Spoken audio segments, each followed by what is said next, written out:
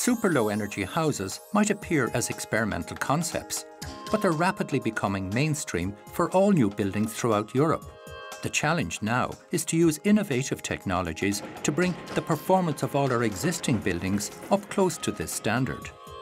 In this EcoEye special, we'll be travelling to Austria to see how innovation in cutting-edge smart homes is at the heart of a European building revolution. And back in Ireland, we show you how to avoid getting left out in the cold.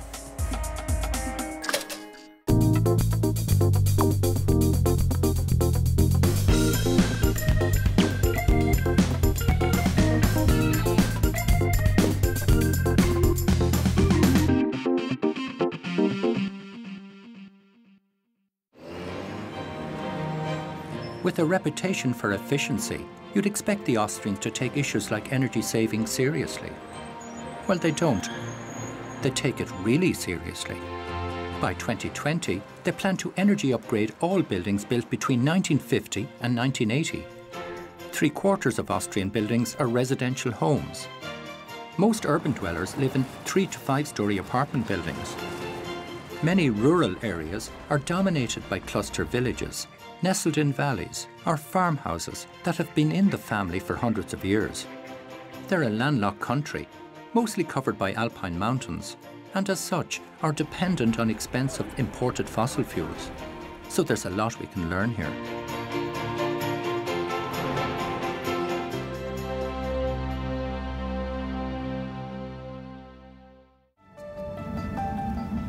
Irish homes have some of the poorest energy performances in Europe. An estimated 1/4 of Irish households now live in fuel poverty, which means they would need to spend more than 10% of their disposable income on heating. Plus, the fuels we use are set to rise significantly. They're imported at a massive cost of over 2 billion just to heat our buildings. If we spent this money upgrading our building stock, it would have a multiplier effect, recirculating through the economy in the direct and indirect jobs created. Currently, it's simply lost to foreign countries buying oil, coal and gas.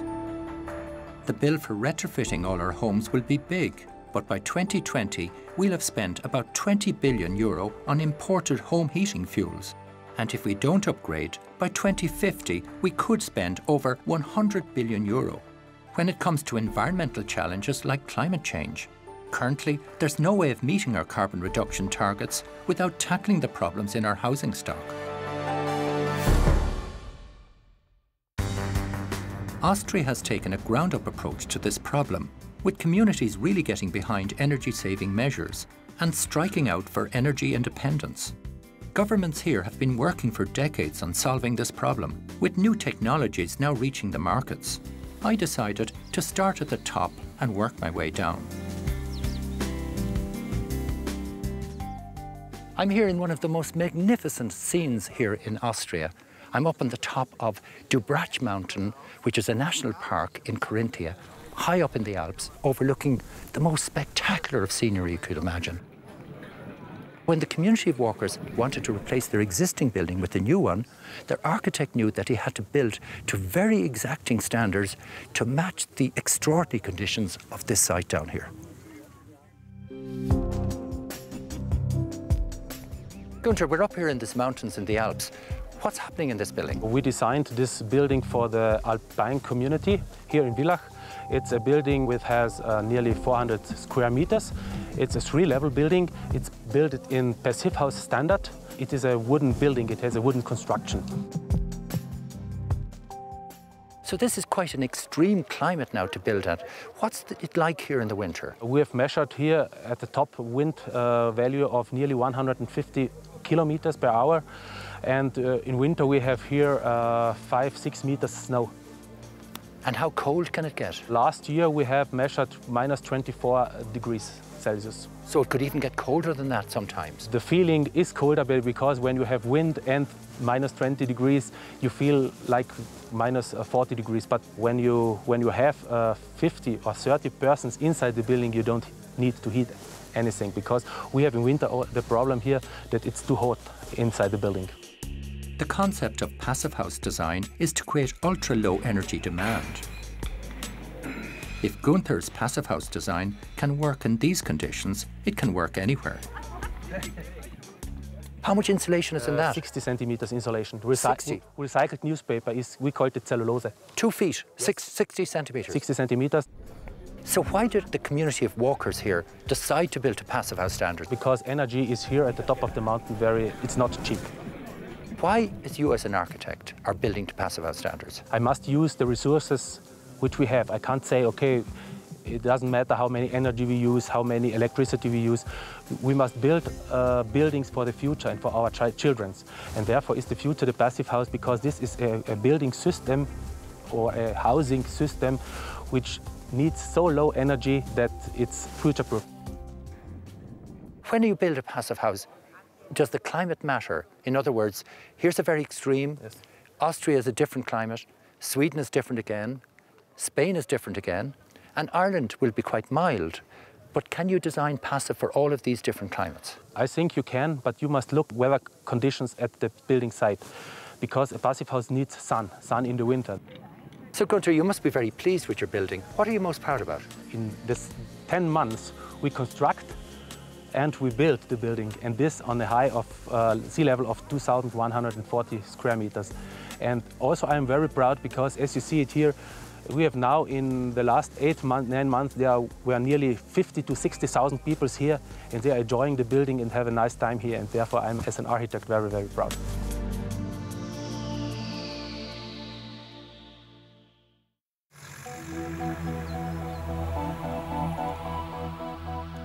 Hervik Ronecker is an architect who has recently restored and energy retrofitted his traditional alpine timber house.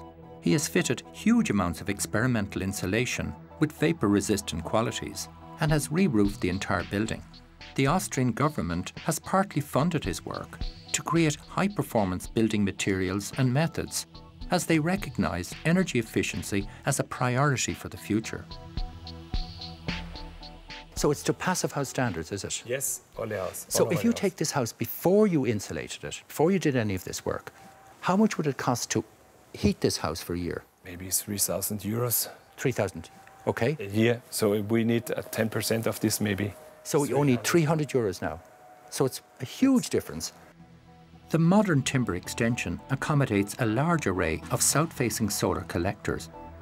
The building is now 100% self-sufficient, with excess energy sold to the local utility.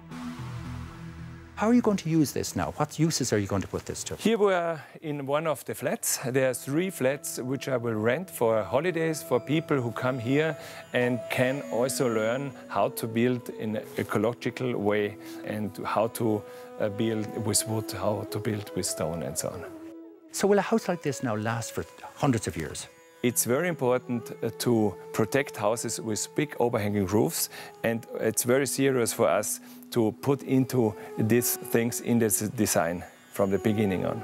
Then a house can get really old.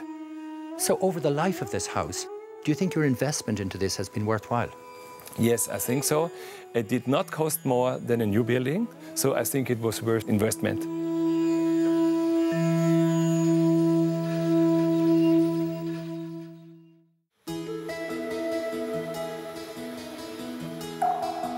On the edge of Lake Weissensee, where the water is crystal clear and clean enough to drink, another striking experimental building is being tested in extreme conditions.